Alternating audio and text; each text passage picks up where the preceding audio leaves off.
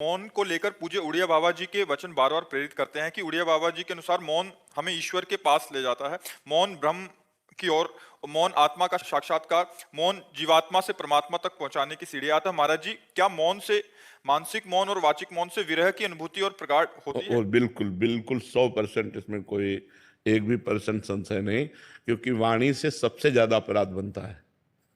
हंसी मजाक, झूठ बोलना, कई तरह की ऐसी बातें होती हैं जो हमारी वाणी से अपराध बन जाते हैं, और वाणी का बहुत बड़ा प्रभाव पड़ता है। अब जैसे हम वाणी से मौन हैं तो वो धीरे धीरे मन पर भी प्रभाव पड़ने लगता है।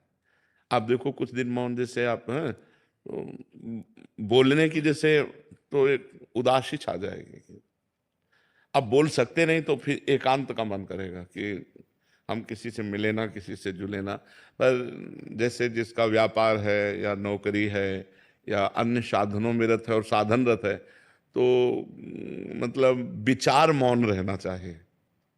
विचार मौन ज्यादा उत्तम है। विचार मौन का मतलब है, जैसे आप हमसे कोई बात पूछ रहे हैं, अब हम बार बार अब पूरी मनोशक्ति लग रही हो, आप समझ नहीं पा रहे, हम समझाना चाह रहे तो हमारे अंदर चिड़चिड़ापन आ जाएगा। अगर अत्यंत आवश्यक है तो हम बोल देते हैं, और अत्यंत आवश्यक नहीं है तो हम उत्तर नहीं देते। इसे विचार मौन कहते हैं। जो बोलेंगे सत्य बोलेंगे, मृदु बोलेंगे, हितकर बोलेंगे, नहीं तो मौन रहेंगे। साधक जो गृहस्थी में है उसे जड़ मौन ना लेकर विचार मौन उत्तम रहेगा, क्योंकि परिवार है, गृह कार्य है। अच्छा, संत वेश में क्या कि अब हम आज से नहीं बोलना चाहते, तुम्हारे ऊपर किसी का अधिकार नहीं, आप हमें नहीं बुलवा सकते। लेकिन गृहस्थी में बहुत सी ऐसी बातें हैं जिनमें आपको बोलना ही पड़ेगा, तो उसमें विचार मौन ज्यादा उत्तम है।